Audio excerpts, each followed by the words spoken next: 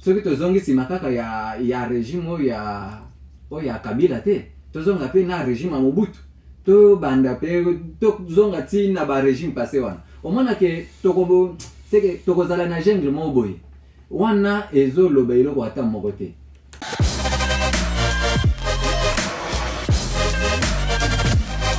Et surtout mama wana aza na expérience aza mutu moko balokoti yaka pamba boye te. En tout cas nazo féliciter mokonzi ya mboka et puis aza na soutien na biso na ba nomination yo eloko moko tokosenga na bandeko oyo bauti konome sika. En tout cas toyebi ke biso nyonso tozalaka na ba famille mais elobi te ke misala nyonso ekendeka na ba famille na bango te bato bazebele.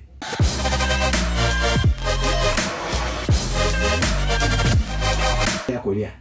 ba politicien na biso mboko tozaka na idée mulai te tosala ba projet moko boye ya 2050 2070 mboko na biso ekozala ndenge nini na ba makambo ba réchauffement climatique te bango batala kana te soki aza nommé yango na uti ko interpeller bando na biso ba uti ko nommé awo yazo bongisa kaka 2023.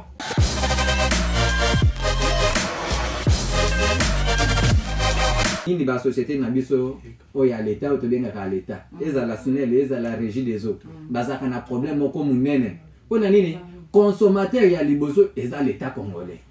mais l'état congolais wana ayebaka ndenge nini ya kofuta ba société wana te yango carence ozaka na bango ata na ba régie des eaux omona moko mosusu boye déjà régie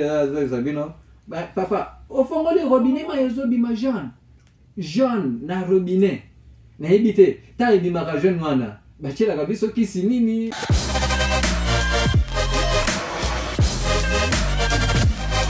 De vous avoir en ce net moment, fidèles téléspectateurs de Masolo à Congo. Alors aujourd'hui, je reçois pour vous monsieur Esaou Kayeye, secrétaire, rapporteur de Fati Grec. Avec lui, nous allons parler sur la loi sur la CENI promulguée par le président Fati. Nous allons parler aussi sur la gestion de la ville de Kinshasa. Moi, Moka. Mbote madame. Vous allez bien? Aza madame. Dans ce pays Koyambayo, na plateau na biso, alors sans plus tarder, analyse nos années par rapport à la loi Oyo. Merci beaucoup maman Estine na sepeli et puis ndenge oyambinga mokolo alelo pona to solo la nama solo etali mboka na biso Congo. Na question na otuningai na oyo etali promulgation ya loi oyo mokonzi ya uti ko promulguer nga na CPI nango makasi. Et surtout na moni ke pesi biso nzela na ba minoko nyonso bandaki oloba contre président que no azo bloquer maponemi kozala na 2023 te nzela yango wana efongwami po tokende maponemi na 2023. Donc cette fois-ci toke dans l'élection. Mais c'est tout droit. Na évité bon. Ok, analyse nous années par rapport à la nomination, tout le monde président a autre chose à la nomination Belé, Zalaki, Mokolo Eleki, à celle la nomination Belé, analyse nous cause à la par rapport à. En tout cas, mokonzi mboka azana soutien nga moko nanu en tant que citoyen congolais. Na CP na ba nomination na makasi parce que maman oyebi mboko toza combien des millions ya bato. Et puis oyebi bato yo bavanda ki wana na ba gestion wana basali combien d'années baza wana basala mabe basala bien mais quand même il faut quand même ba promotion ezala bato mususu pe tout le monde appelle loboko na bango. Et puis oyebi maman c'est depuis que banque na biso wana ya Congo ezali première fois to enregistré mwasi moko abanda ko gérer banque wana. Mais si ça ou bazolo bakio aponi aponi kaka batambo ba deba wana totika yango toko kende boyeti mokolo nini congolais tozaka na ba débat ya CC est-ce que makambo tolobaka na mboka na biso est-ce que boyaka kango pe na ba pays mususu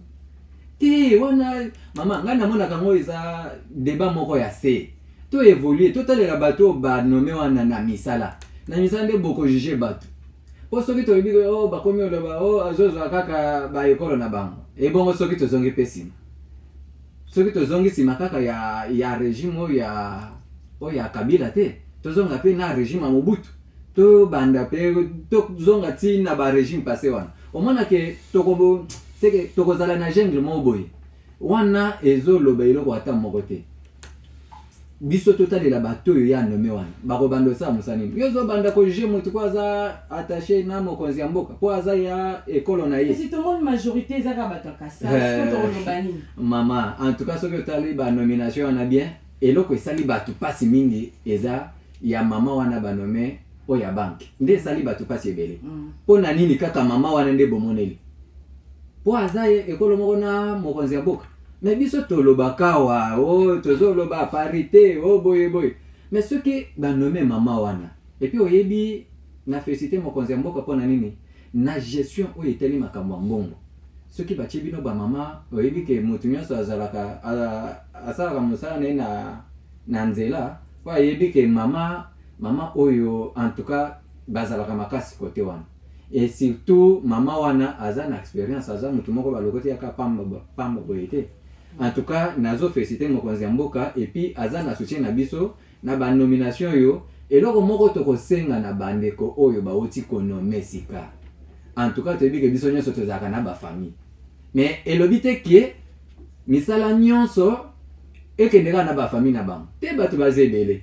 en tout cas il faut ba promotion ezala bilenge ndenge toza boye tozwa pe misala bato ebele bao baza na misala te bakota pe misala en tout cas na félicité mokonzi ya mboka ba débat wana eza débat moko ase mama toke na makamusu mwana mboka tozonga nanu mokie concernant l'élection 2023 asbe na bino boza ko se préparer déjà comment en tout cas merci beaucoup na mutuna wana otuni biso to landaki déjà makambo oyo tozalaki déjà na vision toyebaki déjà ke ndenge toza boye c'est que makonomi biso nde bato tozoloba état de droit biso te il fallait to la kisande nzela wana ya état de droit en tout cas biso tozoko se préparer ndenge bande comme sous baza na contestation bon bazo mibenga ba résistant na tengi nanga komba mutu te mais na leka ba résistant bon lokola baza ba résistant bazo résister mais biso tozo bongisa de makonomi na biso na oyo etale structure na biso na yebi ke toza na phase d'implantation pour na tiangu en tout cas tozoko tabisika nyonso bien que baboyi ba entrepreneur ba réunion il y a plus de 20 personnes ils ont contraindre biso mo muke mais to revendre boyete to yebi que il faut que toza la mouvement à toutefois toza na ba membre na biso donc boyete bo sangana plus de 20 personnes toko sangana plus de 20 personnes te mais toza siko na musala sur terrain tozo kende siko la porte à porte OK alors biso tozui initiative wana porte à porte kona ko sensibiliser ba membre na biso po tomoni ke lokola baboyi to sangana te soki pe totikeli ta mongona pe akoki kokotela biso na makambo pe okomona wa ndenge toza 2021 boye lobi 2022 soki tokomika 2022 okomona ndenge bato nyonso bazoyiba bambongo bakobanda koya et pas population population evandi azomona bato te oza prophète mama toza na expérience ya mboka oyo tokei na makonomi na 2006 tokei na makonomi na 2011 tomoni awa oyo euti oleka mama estime tika bapolitien mboka oyo ti ndenge ozomona bato nyonso bazokendekende bazoamase bambongo mpona koya na 2023 est ce que yo ozomona politicien mboka na biso aye biso horizon 2050 2030 te ezaka après 5 ans après ça azotala nini azonga susu aya kolia bapoliticien na biso ya mboka oyo tozalaka na idée molai te tosala baprojet moko boye ya 2050 2070 mboka na biso ekozala ndenge nini na bamakambo ya baréchauffement climatique oyo te bango batalaka wana te soki aza nome yango nauti kointerpele bandeko na biso bauti konome awo ye azobongisa kaka 2023 soki tokomi na 2023 wana toke makonomi oyoki bon mwana mai oyebi banda kobomba ero oyo bamoye na yo ekokende mais ce n'est pas le cas chez nous biso tozobongisa toza deya sur terrain ndenge tozoloba boye eza porte à porte mpona nini kolendisa kaka mitema ya oyo toza na bango deja po toyebi ke bato wana bakoya baza mpe na bambongo ebele mais boyeba papa le sphinx alobaka mbongo eza mbongo ya mboka na biso ata soki boye nango bato baolia mais vote ezalaka secret est-ce oyebi yango te mama esi vote ya moto ezalaka secret yango ebele basimba mitu mpona nini apreparaka te tant yango akoprepare makambo yango oyo mais ozoyoka bacontestation tokende dialogue ti wapi tosala ba dialogue na mboko yo yebi yango te. En tout cas makambo wana bon il y a biso stratégie yango wana toza porte à porte tozali kolengisa mitema bandeko na biso po na makambo etali coronavirus. C'est sûr que maladie ezali tozosambela nzambe alongola biso eloko oyo po eloko ebeti mokili mobima na ndenge asokana te na uti otala lelo peut-être probablement ekozana ba variant mosusu ezoya bon ba vague na yebi te tokokoma na 4e vague soki tokoya 4e tokokoma ti na ba 10e toyebi te tokokoma ti na ba 10e peut-être parce que to respecter la mesure barrière wana tene sibino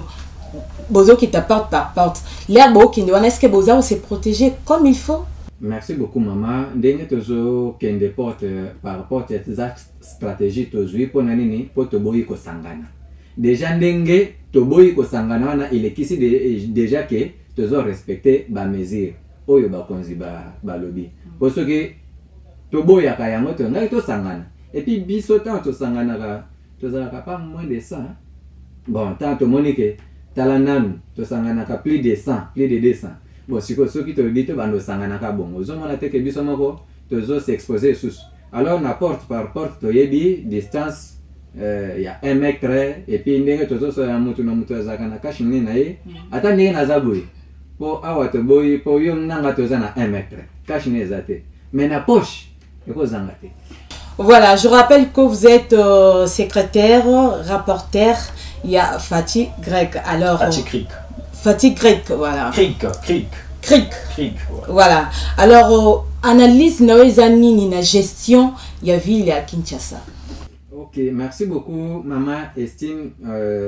Ce qui n'a lobby na lobela na gestion, il y a gouverneur, il y a biso, il y a ville province à Kinshasa. Naza na 2 sentiments. Sentiment nanga ya liboso eza ya satisfaction. Satisfaction nazo pesa ye eza ya côté etali lotiliki. En tout cas Kinshasa mbiso ekomaki neti poubelle moko boye na loba. Ata ndenge bandeko baloba Kinshasa na basachet. En tout cas côté wana namoni lotiliki tana tamboli kisasa mobimba na ba ate rebelle ya Kinshasa na moni kete en tout cas aza na ba effort mama mboka na biso soki oza mutea mabe za na makambo susu mais soki mutu azo sala makambo ezo monana et puis na biso abatu nyonso to betela kaite maboko eza bien ezo renforcer ozo pesa mutu wana makasi a continuer sur ko sala bien mais soki tozaka na idea nyonso eza mabe c'est que eza batu musu ndenge tozo labo na mboko nyonso esala ma ezala kaka mabe. Mais tout à fait côté Moussou Malam. En tout cas, moi, Namboka Jatini Ngobila, on a félicité, vraiment côté étalé, courant, l'otiliki, ataba effort, na banzela, bien. Mais est-ce que le courant aux agras, na boulevard, na quartier, le roi qui t'a rappelé dans le quartier? Merci beaucoup, maman. Mais c'est pas qui t'a rappelé. Ils ont partout, ils ont un boulevard, tout le monde a courant, quand a boulevard, ils ont gala. Merci beaucoup, maman. Ce qui n'a pas la mémoire ya malam. Na projet oyo ya électrification ya ville à Kinshasa ezata na inanete. Mais oyebi Kinshasa na biso eza monene na ndenge nini? Kinshasa biso eleki ata bazo. Mais ce que otali bien na koloba abanengo na 11e mois vers 12e mois. Si les autres ozomona ke ba nzela na biso ebele ezali éclairé. Mais ça biso tellement que mabe elekaki mingi na mboko ya mama Estine ozo tumulanga mingi mabe vraiment elekaki mingi au lieu tozala ata na bolamu ya 40% mabe ata na 60% mais biso tozalaki na bolamu ya 10% mabe ya 90%. En tout cas ozomona sikoyo ke ata ba effort bakonzi bazo fournir na mikolo yo biso tozomona ngo te nanu tozo sentir ngo te pona nini mboka ezalaki pena ya kofuka matate ya kolala neti mutu akufi aza emoribon donc bilonde bola msemboka yango yo zomona ba effort mukemikete mama lelo yo ko yebisa mwana makala ata ndeko moko ya makala depuis 1960 ti lelo makala netikala kokota ta nzela moko makadam te mais na effort ya Fatih Grec oyo aza mokonzi mboka lelo y compris mwana mboka Jantini Ngobila on azo pesa longonya sikoyo mais le cas ta ilengesa mana ebite soki oso beta tour kuna ozomana ke eza ba effort ozomona eza misala ezali kosalema na ba université ozomona na ba kikwiti ozomona un peu bon misala ezebele eloko nazosenga biso bakongolais ezani tozala motema akokita topesa mutu nanu ta na ye omoni mama ta bien que nazoka bandeko barégie des eaux bazofunda wi wana baza pe na droit na bango oyebi mama eloko oyo eza ya lelo te nini ba société na biso oyo ya l'état oyo tobengaka l'état ezala SNEL ezala régie des eaux bazaka na problème moko munene mpona nini consommateur ya liboso eza l'état congolais mais l'état congolais wana ayebaka ndenge nini ya kofuta ba société wana te yango carence ozalaka na bango ata na ba régie des eaux omona moko mosusu boye déjà régie zabino papa ofongoli robinet ma ezobima jaune na robinet na ebite ta ebimaka jaune wana batielaka biso kisi nini mpo ma ekoma jaune bon mais wana elobi te ke ata soki mbongo ezozanga bino botindeka biso quand même mai ya mabe mbongo eza te mpo botinda biso mai bovanda na bino biso mpe tose débrouille na ndenge na biso mpo ta moto azofongola deya mai ezobima mabe ozomona te ke okoboma ye ekozala poison botyeli biso tokoyeba ndenge nini en tout cas kote wana nakosenga na mokonzi ya ville province ya Kinshasa ameka korespecte baengagement parce que eza engagement yo l'état na société na yo société wana eza l'état si yo moko tan l'état ozodétruire yango nani yango mosusu ayabongisa mama régie des eaux wana na SNEL baza na banyongo na mapangu na biso moko propre komona moto aza na 1 million 5 million nga na mona baye na nga elanga facture moko ya régie des eaux na tala boye na lela mama mutu un individu aza na nyongo ya régie des eaux ya 1,5 million de francs congolais mais yango tozofuta te sikoyo ata ndenge tozolinga mboka yango ekende liboso biso moko tolingi ofuta pao te mboka yango ekokende liboso ndenge na bamboka ebele ozomona bato bazoprogresse c'est parce que bazohonore parce que mama il faut bon toza mosala makasi faci krik aza na mosala ezosalanga mpasi mpo nazomona degré mboka na biso ezalaki ozomona un citoyen congolais alingaka kofuta mpako te mais c'est un devoir citoyen oyo mutu nyonso akozala ayebi déjà ke te ndenge naza boye naza na devoir ya kofutaka chaque mois na l'état congolais soki naza na ndako est-ce que monsieur Zaou aspect la bino bosalaka ba descendre sur terrain du genre que bokiti bozwi pe moi ba pa ou bozo bongisa nzela bozo contribuer pe na gestion ya ville ya Kinshasa. Merci beaucoup mama na gestion ya ville ya Kinshasa oyo etali kini bopeto ezali nazo yeba te soki oyebi bien mokonzi na biso faci krik ye moko nde moto alansa projet wana ya kini bopeto na bandala en tout cas ezali eloko ya mutu nyonso bopeto wana tobandelaka ngo na ndako en tout cas biso faci krik tozalaka na système wana ya kosalaka basalongo na ba artère bon nakobanda lokola tuninga boye nakobanda koinvitaka yo chaîne na bino yaka eparticipaka emona ndenge nini biso tosalaka basalongo na biso yango nakofélicité en passant mama Janine Maditulu Mukala en tout cas mama oyo ayena vision oyo ya faci krik parce que mama olimbisanga bien que botuninga yango te nameka mwa moke koleka wana oyebi faci mpona nini biso tozobenga krik mboka na biso ezalaki eza mboka moko bien eza neti mutuka no eza bien eza nango na pane moko ya moke est ce que mama pane moko ya roue na yo oyo tobengi pneu na mutuka est ce que koki ovandisa mutuka na opambaka boye pine ka etoboki ovandisi mpe mutuka ke mutuka na bayango non mboka na biso Congo eza bien eza na potentialité na ba énorme mboka na biso eza na richesse na ti na zelu mais faci tobengi ye krik parce que tomoni ke mboka na biso eza bien ezosenga kaka tozwa krik wana tocha to sali moyen ya kolongola pine wana ya mabe tozongisi oyo ya malamu nde faci sikoyo tolongoli krik ale motuka na biso ebandi otambola aspect na bino bosorganize comment bokitaka chaque samedi to bosalaka yango kaka bola moki bokiti sur terrain toza asbel moko oyo eza bien assise en tout cas mpona oyo etali epa na biso na chango biso chaque mercredi ndenge toza boye avant na ya awa toza na réunion na biso ya comité ya gestion ya chambre wana tokotaka na biso po na lokola toza 16 membres au bayaka souvent bien que toza toleki wana au moins que 16 eza quand même bien tozo respecter ba mesures barrières wana nde oyo etali côté comité en dehors ya comité tozalaka na réunion na biso hebdomadaire chaque samedi oyo tozalaka na ba membre na biso nyonso ezalaka na ba activité ebele tosalaka toassistaka baveya bakoka tant nalobi na félicité mama Janine Mabikulu c'est parce que aza mwasi moko oyo aza na motema ya bomama mama oyebi kwa nini na félicité mama wana ya banque centrale c'est parce que mwasi aza na motema bomama mama Janine wana ba assistance nyonso tosalaka na ba action na biso afachi krek eza kaka ba effort na ye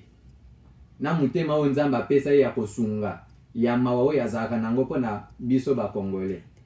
alors tokendaka na ba orphelinat totalaka bana po oyebi postulé en 2023 bon en fait te mama wana ezali bon soki pa postulé nga namoni mabe te mais eza mpona nini soki moto azosala malamu bato batalaka kaka kote wana oui bon yango nalobi mpona nini soki moto azosala malamu tole bato balobaka kaka azosala boye po aza na posa postulé soki pa postulé mabe eza mais bato bayali bosina nde balakisa biso bongo fosala bongo alere wakoma kuna change yango nde nauti koyebi biso mama Estina wake mboka na biso bapesi biso ndakisa moko ya mabe po moto asunga moninga na efo azalaka na intérêt na nsima mpona nini boye yango ozomona ta bon nasala napesa mwana moko natala mwana moko boye mwana classe nga na Victoire omoni bato na biso bavandaka wana na Victoire oyo basengaka wana mama avandi na mwana na ye otali boye yo moko oyokama o bato nyonso bazoleka mutu wana bazopesa eloko te mama wana na mwana na ye me namona mwana moko ya mwasi naza na uniforme na nzoto bapesi moko na ye soki ezalaki afuta Minerva soki afuta transport ayeboye apesi mama wana ozomona oyo epesaka eza motema mama eza teke mpo mutu azala na bambongo ebele azala boyeboye soki ezala mpo na bambongo ebele soki tobimi kaka o na triomphal o bakanga kaka nzela o komona ndenge bato batondaka na nzela wana me bato ya mitoka balekaka wana eske omonaka ndenge bayedaka bango eza pasi yango mama wana nzambe apesa ye motema ya kosunga yango omonaka baaction nyonso tokendaka na action moko te sanke ye moko apesa mwa moke na ye po tosunga ata bamama bakoka soki nayebisi yo ngai naza na tiangu nayebisi yo toza na bamama oyo nakoki kotangela oyo na bafiche oyo naza nango ya baadhesion toza na plus de 300 mama veuve toza na bana etike bamisusu ndenge tozoloba boye tozofutela bango ti na baklasse mpo baprésente baépreuve na bango ya examen d'état grâce à mama wana toza na bambasi mosusu oyo ya scrutin na biso babotaka na bango ofele mpona nini mama wana valoriza bango alors toza na baaction ebele te make na bible balobaka soki loboko ya mobali epesi ya mwasi peut-être eyeba te mais nazorépondre kaka na nde na baquestion na bake tozalaka na baaction ebele oyo tosalaka sur terrain oyo peut-être soki okomi na tiangu otuni ata mwana moke nga kutu fachi krik eza kombo ya mokonzi ya mboka me nga nakoma nde soki nazoleka boye bazobela nga fachi krik. Voilà, tozomona première dame azosala baaction ebele asben na bino mosala nango ezosala nini vraiment par rapport à baaction oyo nyonso première dame azosala bino par na bino eza nini na nyonso mama asalaka comme action toza mpe na secrétaire na général na biso oyo je salue en passant papa Daniel Bukasa Mayele en tout cas palmier nazopesa ye mbote esika azali tokendaka na ba centre oyo ebele oyo nakoki kotangelo awa ya ba vieillard ya ba orphelinat kosunga bakoka tozalaka na ba action ebele oyo tosalaka et puis oyebi bandeko na biso ya ba pigme baza bandeko na biso moko très marginalisé na mboko mais grâce à maman wana Janine Maditulu a valorisé bandeko wana tosala na bango partenariat moko soki ndeko moko autochtone na beli afuta keloko te bandeko na biso na ba pigme oyebi ke kotaka na bango biso moko tete que nengo yele loboye ozaki na ndeko moko pigme na kati ya biso moko yeba yete mais biso tozaka na bango na fachi krika en tout cas tozala na ba action ebele tosalaka quand ndenge nayebi soki tokobanda ko benga kayo na ba makambo na biso omona ndenge nini fachi krik asalaka ba makambo na ye losango na biso ka tata nzambe alongolela biso eloko ya coronavirus nde ezo contraindre biso na makambo ebele to kende liboso te. Merci beaucoup, votre mot de la fin. En tout cas, mon nanga yasuka nakoke koloba yango boye. Nakosenga nakopeso d'abord merci pour l'invitation et puis nakosenga na mama Janine Maditulu oyo nzamba apesa mutema ya kosunga a continuer ka kosunga et puis biso pe fachi krik changu tokotikala ka jamais ko le servoir ata jour moko te pour ba action azo sala ezo monana et puis na pesi mbote ya passa na secrétaire na biso général papa Palmier Bukasa na pesi pe papa Nestor bambote na ngai ebele na pesi pe na papa na biso Vicky bambote ebele sans kobosana mon cordon ya changu Daf Ndumba place azali na pesi bambote ebele Nathalie mama Jessica na pesi bango bambote ebele na papa Eben Mukendi wana bambote ebele sans oublier ma femme à moi Jessica Azali.